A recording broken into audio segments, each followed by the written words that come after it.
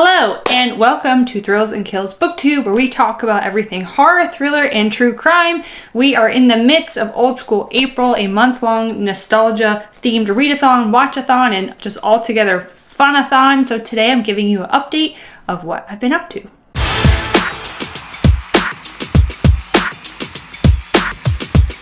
So before I talk about all the things I've been doing for the Old School April Nostalgia-thon, I want to just give a little personal update. I haven't been as active on my channel or on Instagram, Discord, etc.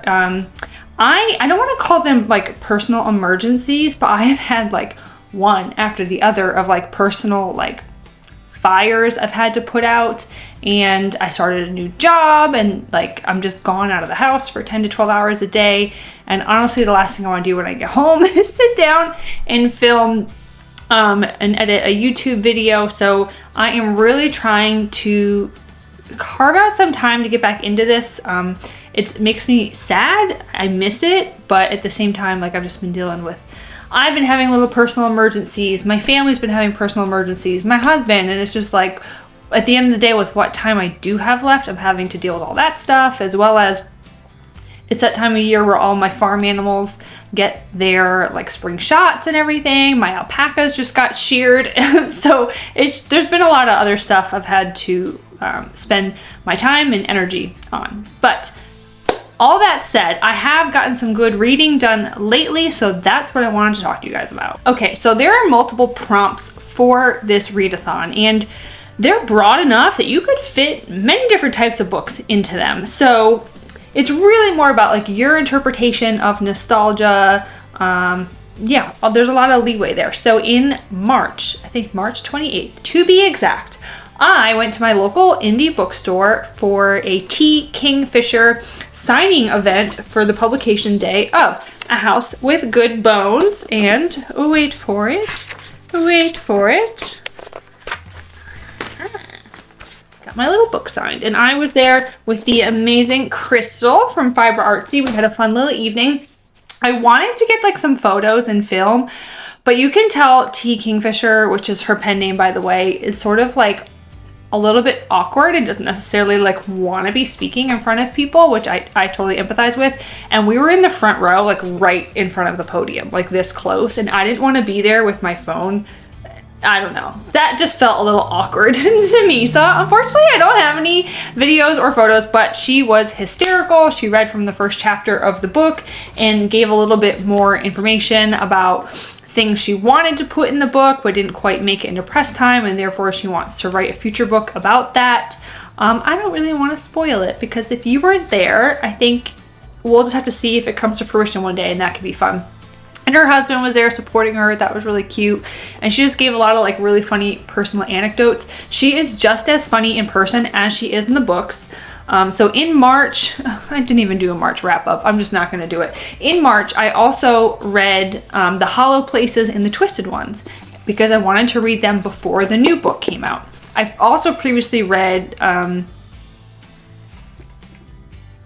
What Moves the Dead. Oh my god, that like totally left my mind. Anyways, I think this is my favorite. So I do live in North Carolina, as does she, and many of her books are set in North Carolina. And when I was talking to her in the signing line, I was like, oh, I'm so excited. From someone who read an arc of this book, I heard that this has like the most amount of North Carolina references, especially if you live in this area, like you recognize stuff. And she said, well, yeah, I figured Stephen King gets to do it with Derry, Maine, so why can't I? So if you live in North Carolina, and especially if you live in, let's say, the middle of the state, there's going to be a lot of little like Easter eggs in here. And there was even one point, because I live not too far from her. There was one point, I don't even know what page it is, the main character and her mom are driving around, and they mentioned an alpaca farm. And I know for certain, because I know where T. Kingfisher lives, because it's in the books, in her bio, because I know where she lives, I know for certain that the road that this character was driving on drove past the alpaca farm where my alpacas are from, and where they just got sheared today as I'm filming this, and they just got dropped off back at my house. So that was really fun. The general location of where this fictitious town is, like I know where that is, and there's all kinds of references to like Waffle House, and what else? cheer wine and just all kinds of fun stuff that will be especially interesting to you, I think, if you live in North Carolina.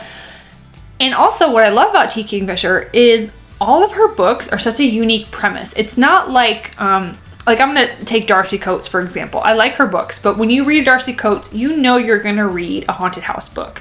With T. Kingfisher, it's totally different types of horror, right? And this one, I don't even know what you would call it. Kind of like dark magic. There is an element to that, but like family curses and witches and warlocks, and I don't even know. There's just a lot of weird stuff happening. Just short little book. It's super fun. I learned a lot about vultures. I did not know that vultures were so cool. And there is a house vulture in this book called, is it Hermes or Hermes? I'm not quite sure how to say it. I'm gonna say Hermes.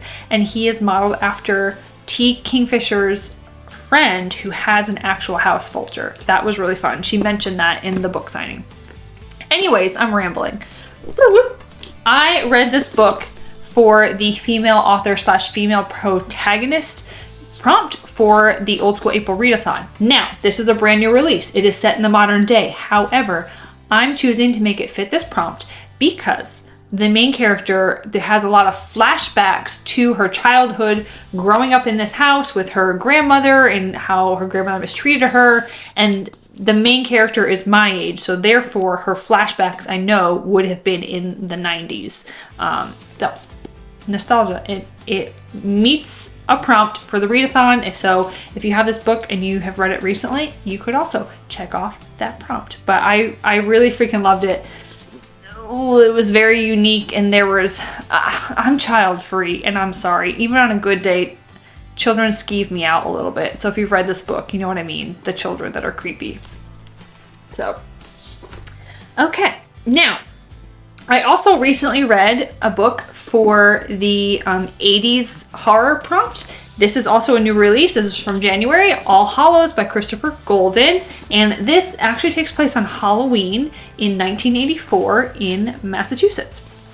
Now, I think this is the perfect book for a nostalgia themed readathon because it is chock full. Not only is it obviously set in the 80s, but they're using 80s technology. Like a lot of times something would happen. There's kids running around the neighborhood on Halloween, getting into trouble and like running away from stuff. And they're like needing their parents or needing to call the cops. And I just kept thinking like, well, just call them. Just call like, and then duh, they don't have cell phones. This is 1984. So there was a lot of little elements like that, talking about the type of cars that people drive, the type of candy that was really popular back then. I mean, it's like every page there is some sort of throwback or reference that like you are very clear steeped in a 1980s horror, and it is just a whole bunch of nostalgia. The other way that it really conjures up nostalgia is, so there's kids of different ages ranging from like 17 to I think 10. And there's especially a lot of kids in like the 15 to 17-year-old range, and a lot of them are being, well, they're put into like family dynamic situations where they're being like really thrown into like an early adulthood, and a lot of them are recognizing, especially the ones that are seniors, that it's like a chapter coming to a close, and they're really trying to enjoy the like last year of high school that they all have together, and they're like reminiscing on their childhood together and what it's like been growing up in this neighborhood with all these kids, as well as I think if you're an adult now, like I remember feeling that way. I remember in senior year of high school being like, oh, I need to cherish every moment. Like this is the last prom, this is the last homecoming, etc., etc. So it just has nostalgia in many different ways.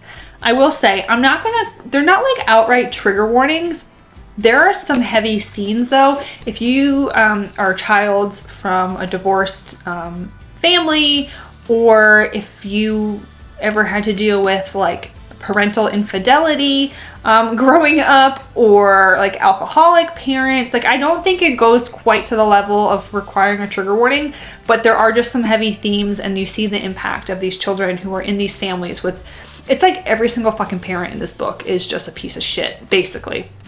There's one character whose parents aren't a piece of shit, but everyone else is a piece of shit of varying different degrees and varying different flavors. So just keep that in mind. But I love this book. I think it's so cool. And also the cover Like, you see, like it looks like a face. It's like a little optical illusion. And the way that the cunning man is described and like his powers and how he comes to be and how he gets children is really interesting. I haven't read anything like that before, so I really enjoyed that.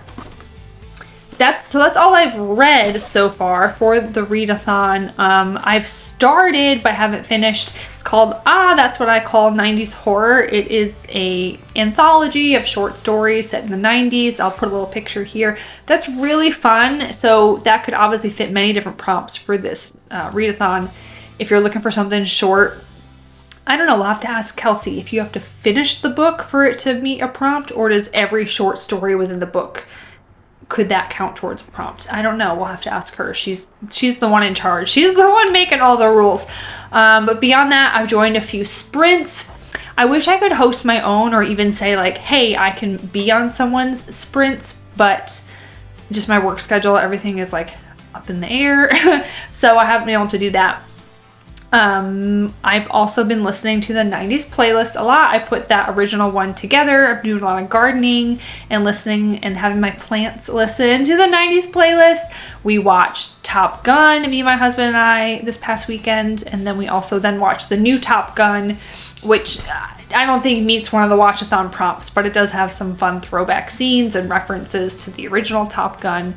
And then we also watched Jurassic Park. We have that on Blu-ray, and we have a surround sound system. And like when the T-Rex is like boom, boom, our subwoofer is like up near some of our curtains on like a big bay window, and you see the curtains like boom, you see them shake all the way up, and it was brought back such memories, like being a little kid in the theater watching the original Jurassic Park. It's one of my favorite movies. And did anyone have the Jurassic Park, if you're old enough, the Jurassic Park Sega game? I'm not talking about like PlayStation, I'm talking about Sega. Like the little cartridges, you'd have to go and blow the dirt out. If you are like under the age of 30, you probably don't even know what I'm talking about, but I had that original Jurassic Park game, and that was so fun. Which leads me on to somewhere in this house, my husband bought me, it's basically a Sega. It's not Sega brand. It's like an off-brand from China, but it's a video game console that you hook up to the TV, I think through like the HDMI cable, and it has like Sonic, and I need to find it. It's somewhere in this dang house. I'm gonna need to find it. I loved Sonic. That was my favorite game. This video has really taken a hard left turn. Let's see, what else? Oh, I bought Gushers at the grocery store because those are my favorite like nostalgic snack, and I just remember like being a little kid and getting those in my lunchbox and being like so excited that I had Gushers with my lunch. So obviously I am participating for Team Silver Snakes. If you've not chosen a team yet, we would appreciate if you went and picked a team, and it should be the Silver Snakes, and help us rack up some points to win this Nostalgiathon, because at the end of the month on the 29th there will be a Slumber Party like live-a-thon 12-hour live event on a Saturday, and the top 2 teams will compete head-to-head. So that's all I'm going to tell you for now. If you're not also part of the Discord, I'll link it down below. It's a really great community. You can like talk shit with the other teams. You can just collaborate with your own team, get ideas for what to read, what to watch. It's just a lot of fun stuff, and like every once in a while I found some really cute memes and posted those in there. Yeah, but you can do as much or as little as you would like, and I hope that you can participate. And if you are participating, let me know down below what you've been reading. Like I said, I'm gonna finish up this That's What I Call 90s Horror. And what else do I have on my TBR? I have a nonfiction book called The 90s. I might actually get that on Audible because I now have like a 35 to 40 minute commute each way, 4 days a week for work. So I could probably knock that out by the end of the month. And then I was also going to read The Lighthouse Witches. And what else was I going to read? Oh, I think Within These Walls by Anya Alborn, because there's flashbacks to the 90s and it's written by a female. So that's my plan for the readathon. Let me know down below what you've been reading, what you've been doing, what you've been enjoying about this really fun event. Oh, and by the way, this is going to be going up on Tuesday, April 11th. My birthday, officially mid-30s. We won't tell you the exact year, but I'm now a mid-30-something-year-old. We'll leave it at that. But that's all I have for you guys today. Thank you so much for participating, especially if you are a silver snake. Bye, guys.